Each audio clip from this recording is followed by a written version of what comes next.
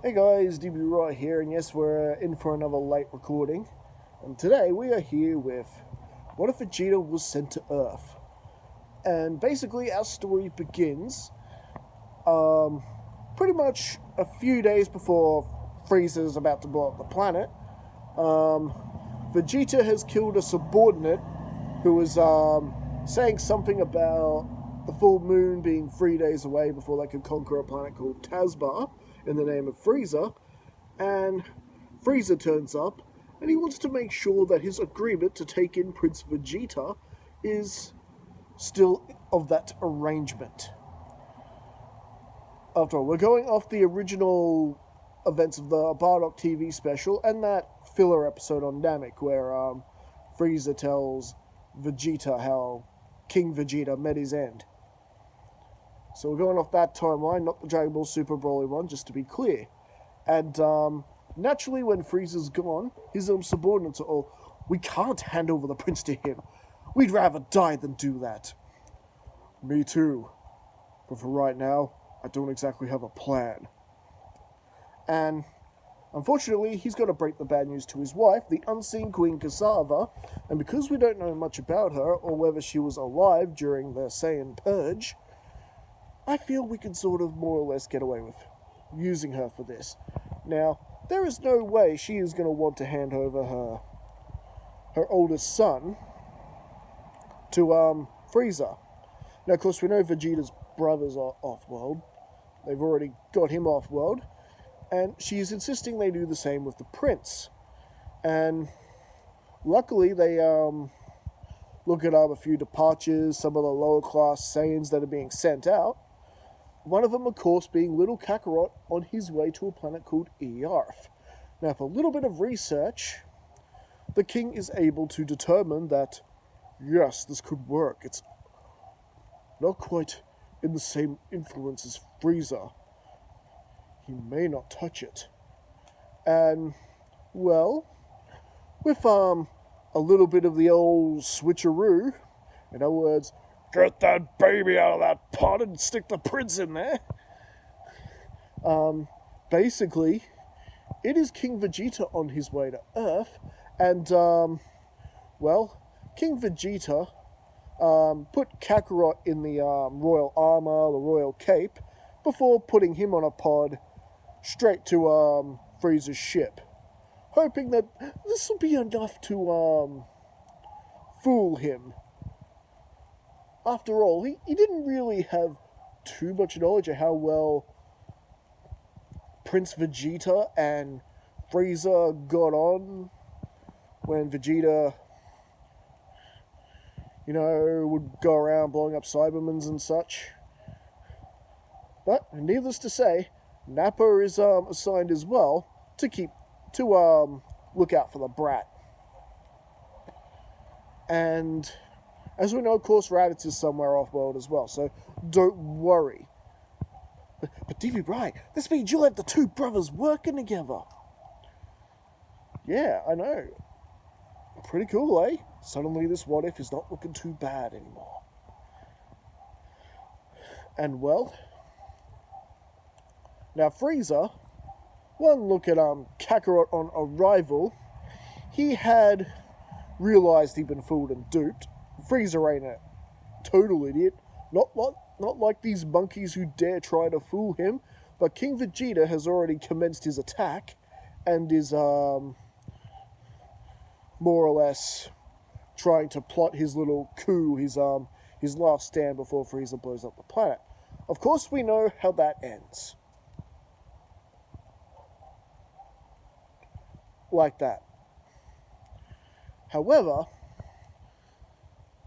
with Frieza, he is very livid that they pulled this stunt, that they got the prince away without any trouble.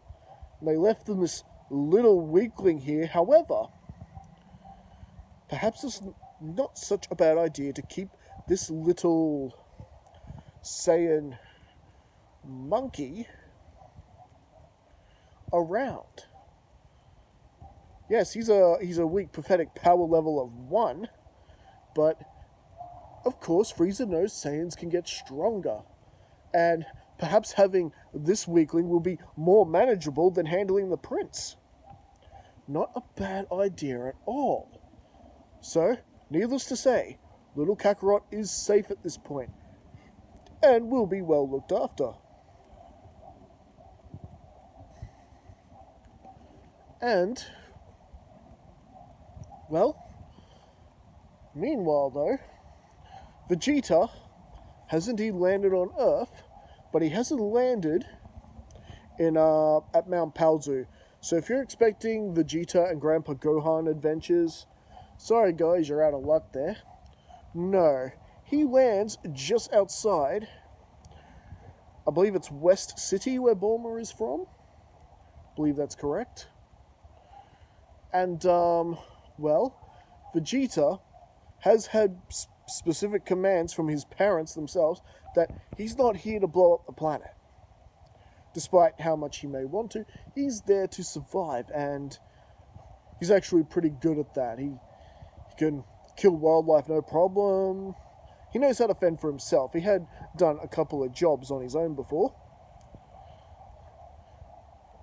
Daddy and Frieza's harsh training, no doubt. And it's what Saiyans do.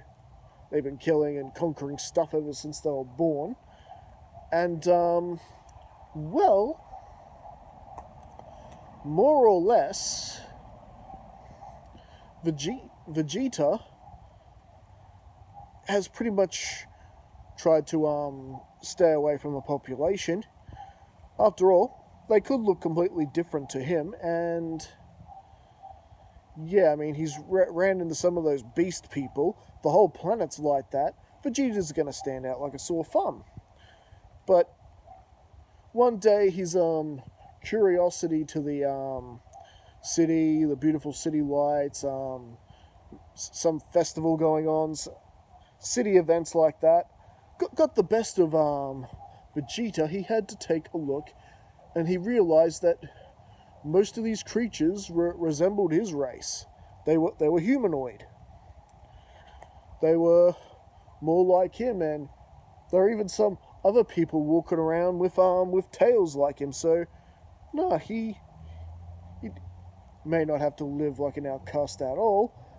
And basically, he's been surviving, taking on street martial artists, winning Zenny off them.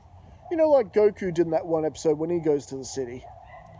So that's basically how Vegeta survived and started learning how ways of the world worked. But one day, he would run into Bulma Briefs, who was in the middle of being mugged by two dweebs. One of them just a normal dude with some glasses. Another guy looked like a big bear man trying to stick her with a knife. And Vegeta, who is Saiyan pride and all that, and the fact that he would never do something so cowardly, steps in and rescues Bulma, who insists on bringing him to Capsule Corp in order to, let him stay for dinner. Let's thank him properly. And then, of course, the realization comes that Vegeta is actually an orphan living alone, and as a thank you for rescuing Bulma, the Briefs family adopt and bring him into the family. And even though the technology around him is not as advanced as it was back in Planet Vegeta or any other Frieza bases, he was definitely feeling like more of a prince now that he was living with the most richest family on the planet. I guess you could say he's the Fresh Prince of West City.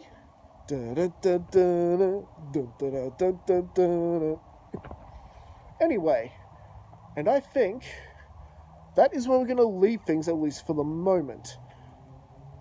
Especially because we're losing daylight. And I still got a skateboard back. Anyway, so, as always, give the video a like and subscribe. I will see you guys again for the next one. And, yeah, get used to these what-ifs with the phone filming my face. for now.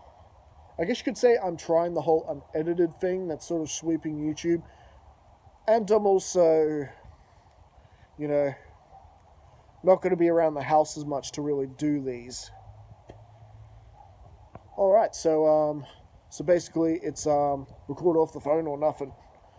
So, see you guys next time. Catch you around, and yeah, have a good one till then. Oop.